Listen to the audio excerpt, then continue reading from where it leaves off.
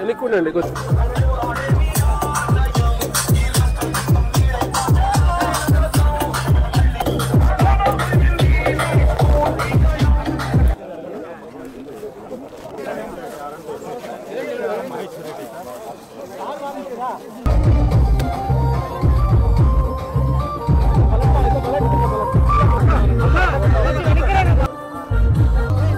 ముందుకు రావాలా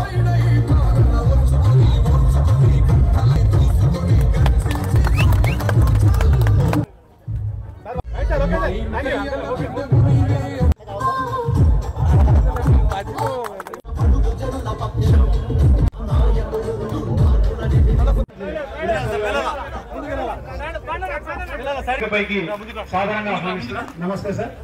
మాదేశ్ గారు, తర్వాత సర్పంచ్ గారు, సచివాలయ సిబ్బంది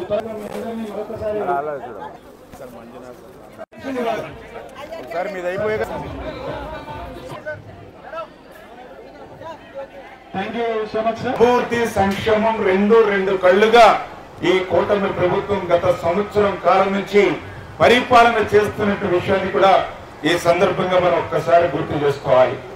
అందులో భాగంగానే ఈరోజు కర్నూలు జిల్లా చూసినట్లయితే ఈ యొక్క కర్నూలు జిల్లాకు సంబంధించి R&B డిపార్ట్మెంట్ కానీ, పంచాయతీరాజ్ డిపార్ట్మెంట్ కానీ, RWS డిపార్ట్మెంట్ కానీ, APEWIC డిపార్ట్మెంట్ కానీ, ఇట్లా ఏదైతే వివిధ డిపార్ట్మెంట్ల ద్వారా దగ్గర ఈ కర్నూలు జిల్లాలో ఈ 10 నెలల కాలంలోనే 2294 పనుల్ని 2014 కోట్ల రూపాయలు ఒక్క కర్నూలు జిల్లాకే నిధులు మంజూరు చేసి పనులు ప్రారంభించడం అంటే ఈ యొక్క కర్నూలు జిల్లాలో ఈ యొక్క కూటమి ప్రభుత్వం అభివృద్ధి దిశగా ఎంత పెద్ద ఎత్తున పరుగులు తీస్తూ పనిచేస్తుందో ఇదే ఒక ఉదాహరణ.